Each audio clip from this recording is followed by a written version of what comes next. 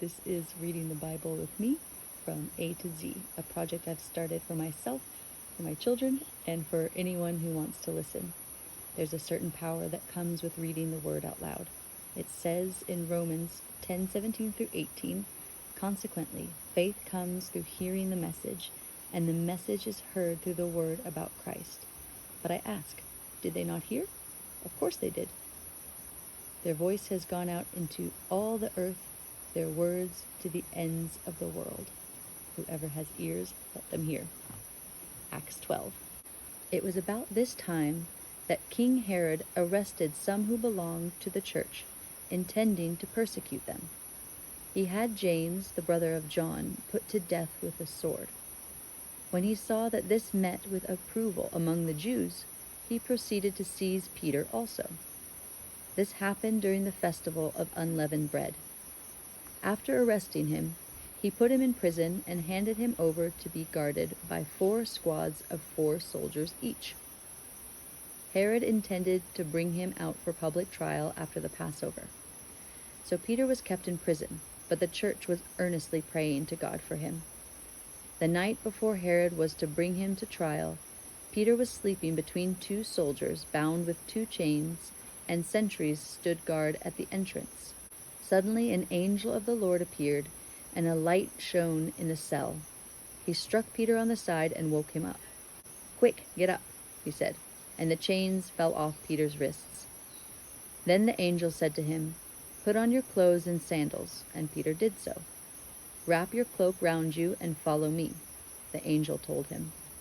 Peter followed him out of the prison, but he had no idea that what the angel was doing was really happening.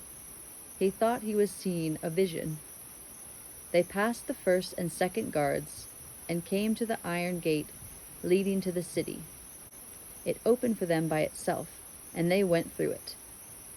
When they had walked the length of one street, suddenly the angel left him.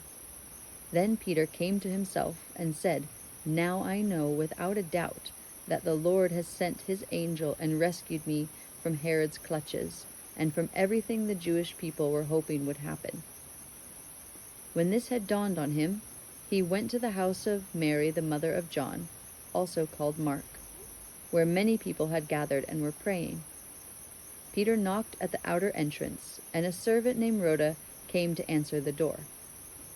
When she recognized Peter's voice, she was so overjoyed she ran back without opening it and exclaimed, "Peter is at the door!" "You're out of your mind," they told her. When she kept insisting that it was so, they said, "It must be his angel." But Peter kept on knocking, and when they opened the door and saw him, they were astonished. Peter motioned with his hand for them to be quiet, and described how the Lord had brought him out of prison. "Tell James and the other brothers and sisters about this," he said, and then he left for another place. In the morning, there was no small commotion among the soldiers as to what had become of Peter. After Herod had a thorough search made for him and did not find him, he cross-examined the guards and ordered that they be executed. Then Herod went from Judea to Caesarea and stayed there.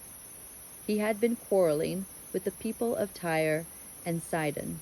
They now joined together and sought an audience with him. After securing the support of Blastus, a trusted personal servant of the king, they asked for peace, because they depended on the king's country for their food supply. On the appointed day, Herod, wearing his royal robes, sat on his throne and delivered a public address to the people. They shouted, "This is the voice of a god, not of a man."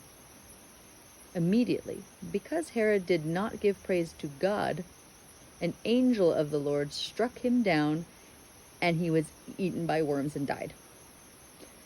But the word of God continued to spread and flourish.